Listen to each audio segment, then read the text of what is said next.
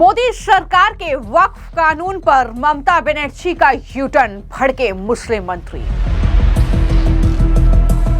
ममता बनर्जी के खिलाफ उतरे टीएमसी मंत्री सिद्दीकुल्लाह चौधरी, बोले मुसलमान चुप नहीं बैठेगा। उम्मीद पोर्टल पर अब तक 28% वक्फ संपत्तियां हुई रजिस्टर्ड। मुस्लिम संगठनों की मांग पर मोदी सरकार ने रजिस्ट्रेशन पर दी 3 महीने की छूट।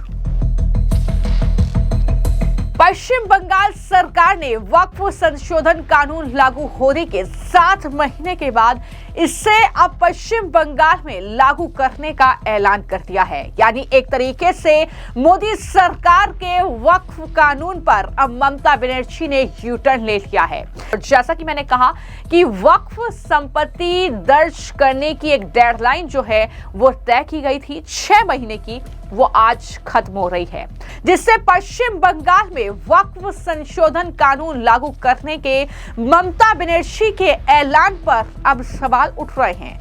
मुस्लिम भड़के हुए हैं कि ममता बनर्जी ने आखिर ये वक्फ कानून लागू क्यों किया है। ये सवाल लगातार अब ममता बनर्जी, उनकी सरकार, उनके सरकार में शामिल मंत्रियों से पूछे जा रहे हैं। अब जो एक रिपोर्ट के हवाले से खबर सामने आ रही है वो ये कि ममता बनर्जी ने, उनकी सरकार ने पिछले तमाम दिनों में इस वक्फ कानून का विरोध किया, लेकिन अचानक इसे स्वीकार भी कर लिया। अब राज्य के लगभग 82,000 वक्फ संपत्तियों का विवरण 5 दिसंबर तक केंद्र के पोर्टल पर अपलोड करने के आदेश के बाद पश्चिम बंगाल का राजनीतिक माहौल गर्मा गया है। ममता बनर्जी ने ये यू टर्न क्यों लिया है? क्या इसके पीछे कोई चुनावी वजह है या इसके पीछे कोई और वजह है? इसको लेकर कई तरह के सवाल हर किसी के जहन में हैं। अब इस मामले को लेकर जो टीएमसी के मंत्री हैं, उलेमा ए हिंद की पश्चिम बंगाल विंग के जो अध्यक्ष हैं सिद्दीकुल्लाह चौधरी, उनका बड़ा बयान सामने आया है। सिद्दीकुल्लाह चौधरी ने यह धमकी दे डाली है कि मुसलमान चुप नहीं बैठेंगे। उन्होंने कहा कि अगर वक्फ संपत्तियां छीन ली गई तो मुसलमान चुप नहीं बैठेंगे। इतना ही नहीं, प्रेस कॉन्फ्रेंस में उन्होंने कहा कि ऐसी कब्रों में बहुत सी बातें कहना बहुत आसान है, लेकिन क्या कोई किसी गांव में आकर ये कह सकता है कि वक्फ संपत्ति अब उनकी नहीं है? क्या कदम उठाए जाएंगे? हमें केंद्र का ये फैसला नेक नियति से नहीं लगता। ये साफ तौर पर उन्होंने कहा ये मुसलमानों पर जबरदस्ती थोपा गया है। ये बातें भी सिद्दीकुल्लाह चौधरी के जरिए कही जा रही हैं। तो केंद्र के नए वक्फ संशोधन अधिनियम 2025 को महीनों तक लागू नहीं करने के बाद अब ममता बनर्जी ने इसे पश्चिम बंगाल में लागू कर दिया है। यानी इस वक्फ संशोधन कानून को स्वीकार कर लिया है। और जैसा कि मैंने कहा कि अब तक पश्चिम बंगाल में 82,000 संपत्तियां जो हैं इस पोर्टल पर रजिस्टर्ड हो चुकी हैं, जिसको लेकर कुछ इस तरीके का माहौल अब पश्चिम बंगाल में गर्मा गया है, जहां पर खासतौर पर मुस्लिम नेता और जो लोग हैं वो कहीं ना कहीं ममता बनर्जी से काफी ज्यादा नाराज हैं। लेकिन ममता बनर्जी ने इस मामले में क्या जवाब दिया है? उन्होंने कहा कि मैं धार्मिक संस्थाओं की रक्षा करूंगी, मैं बंगाल का सौहार्द बनाए रखूंगी। उन्होंने आरोप लगाया कि कुछ लोग वक्फ एक्ट को गलत समझ रहे हैं। उन्होंने ये भी शिकायत की कि राज्य सरकार ने इस बारे में कोई कार्रवाई नहीं की है। यानी कुल मिलाकर यहाँ पर चीजें स्पष्ट होती नजर आ रही हैं। एक तरफ पश्चिम बंगाल में एसआईआर की प्रक्रिया चल रही है, जहां से घुसपैठी जो वोटर बनाए हुए थे ममता बनर्जी ने, वो बाहर का रास्ता उन्हें दिखाया जा रहा है।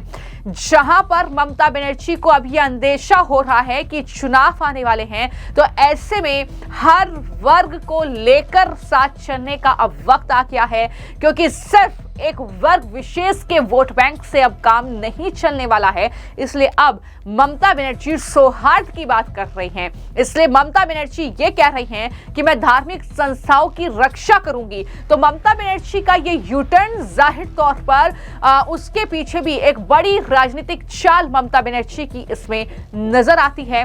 क्योंकि अब तक हमने यही देखा कि संसद से लेकर सड़क तक ममता बनर्जी ने इस वक्फ कानून का विरोध ही किया है, इसके खिलाफ ही बयानबाजी की है। लेकिन आज ये वक्फ कानून पश्चिम बंगाल में ममता बनर्जी लागू कर रही हैं, वक्फ की संपत्ति रजिस्टर्ड भी करवा रही हैं। तो ये अपने आप में कहीं ना कहीं एक अलग तस्वीर देखने को मिली। और जैसा कि मैंने कहा कि वक्फ संपत्ति दर्ज करने की एक डेडलाइन जो है वो तय की गई थी 6 महीने की, वो आज खत्म हो रही है। तो उम्मीद पोर्टल पर 6 महीने में अब तक केवल 28% वक्फ संपत्तियां जो हैं वो रजिस्टर्ड की गई हैं, जिसके बाद तमाम मुस्लिम संगठन, तमाम नेता ये मांग कर रहे थे कि इस डेडलाइन को बढ़ाया जाए। जिसके बाद अब जो है मोदी सरकार ने इस पर बड़ा फैसला ले लिया है। अब मंत्री किरण रिजिजू ने आज प्रेस कॉन्फ्रेंस करके ये ऐलान कर दिया है कि सरकार ऐसे लोगों को 3 महीने की राहत दे रही है जिन्होंने संपत्तियों के रजिस्ट्रेशन की कोशिश की लेकिन रजिस्ट्रेशन किसी वजह से नहीं हो पाया। क्या कहा है किरण रिजिजू ने, किस तरीके की राहत दी है, जरा सुनिए। वक्फ कानून बनाने के बाद हमने उम्मीद पोर्टल लॉन्च किया था, जिसमें वक्फ कानून के मुताबिक 6 महीने के अंदर में सारा हिंदुस्तान में जितना वक्फ प्रॉपर्टी है उसको रजिस्टर करना अनिवार्य था। कंपलसरी रजिस्ट्रेशन के लिए 6 महीने दिए गए थे। आज आखिरी दिन है, 5 दिसंबर आखिरी दिन होने के नाते अभी भी लाखों वक्फ प्रॉपर्टी रजिस्ट्रेशन नहीं हो पाया है। मेरे पास बहुत सारे सांसद आए, मेंबर्स ऑफ पार्लियामेंट, अलग अलग स्टेट के लोग आए, कई लीडर्स आए, पॉलिटिकल लीडर्स, सोशल लीडर्स, कई लोग मुझे मिलने आए और रिक्वेस्ट किया कि जो 9 लाख से ज़्यादा वक्फ प्रॉपर्टी को रजिस्ट्रेशन करने में दिक्कतें आ रहे हैं और आज आखिरी दिन है, इसलिए उम्मीद पोर्टल का आखिरी दिन को एक्सटेंशन किया जाए, ऐसे रिक्वेस्ट आया है। मैं सबसे पहले तो ये कहना चाहता हूँ, अभी तक आज शाम तक कितना होगा वो देखना पड़ेगा।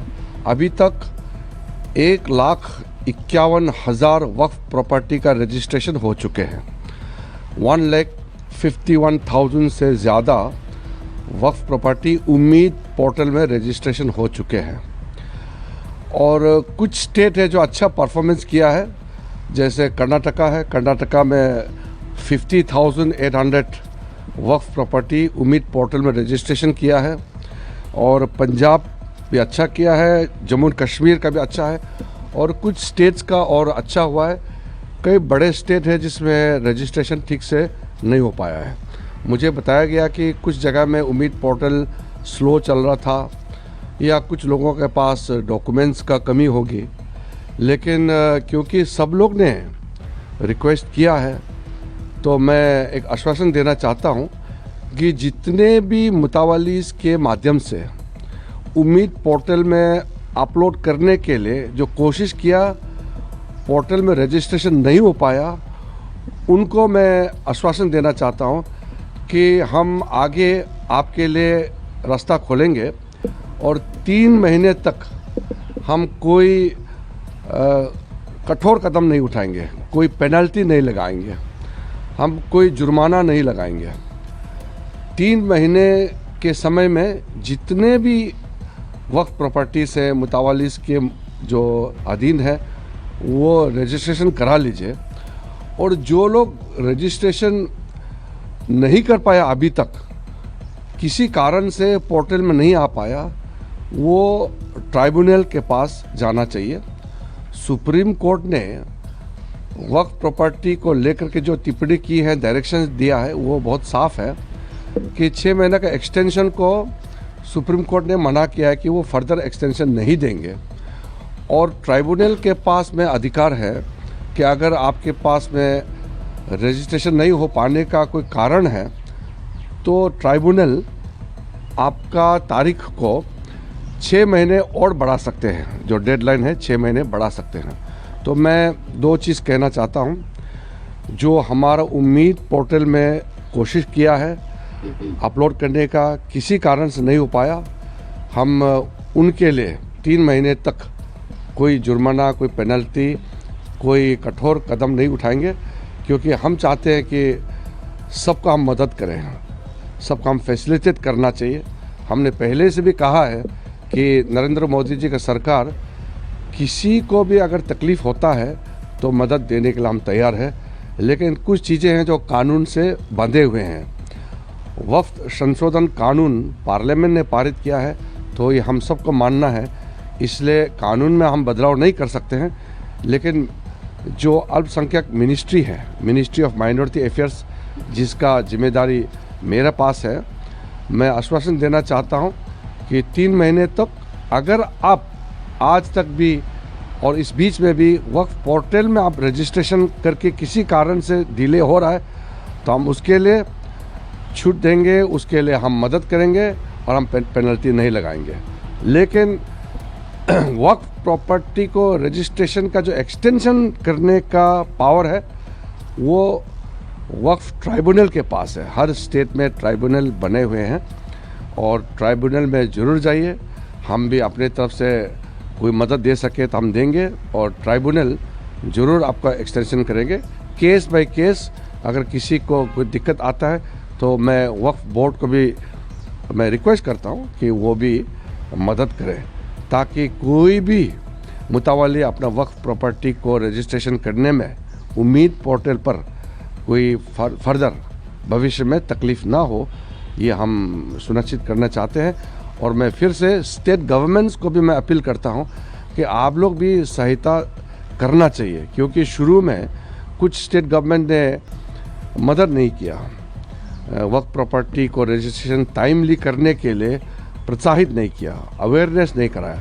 तो मैं उम्मीद करता हूं कि आगे सब लोग साथ दे करके हिंदुस्तान में जितने वक्फ प्रॉपर्टी है अच्छी तरह से रजिस्ट्रेशन हो, काम काज वक्फ प्रॉपर्टी का मैनेजमेंट में ट्रांसपेरेंसी होना चाहिए, अकाउंटेबिलिटी होना चाहिए, और अल्लाह के नाम में जो आपने डेडिकेट किया है तो उसका इस्तेमाल भी अच्छी तरह से होना चाहिए। पर सर कई लोगों के पास पेपर नहीं, इनको टाइम लगेगा रजिस्ट्रेशन के लिए, पेपर इकट्ठे करने होंगे। देखिए, कोई वक्फ प्रॉपर्टी अगर कागजी और या किसी कारण से तकलीफ में है तो वो तो ट्राइब्यूनल देखेंगे, मैं उसका जांच पड़ताल नहीं कर सकता, वो ट्राइब्यूनल करेंगे।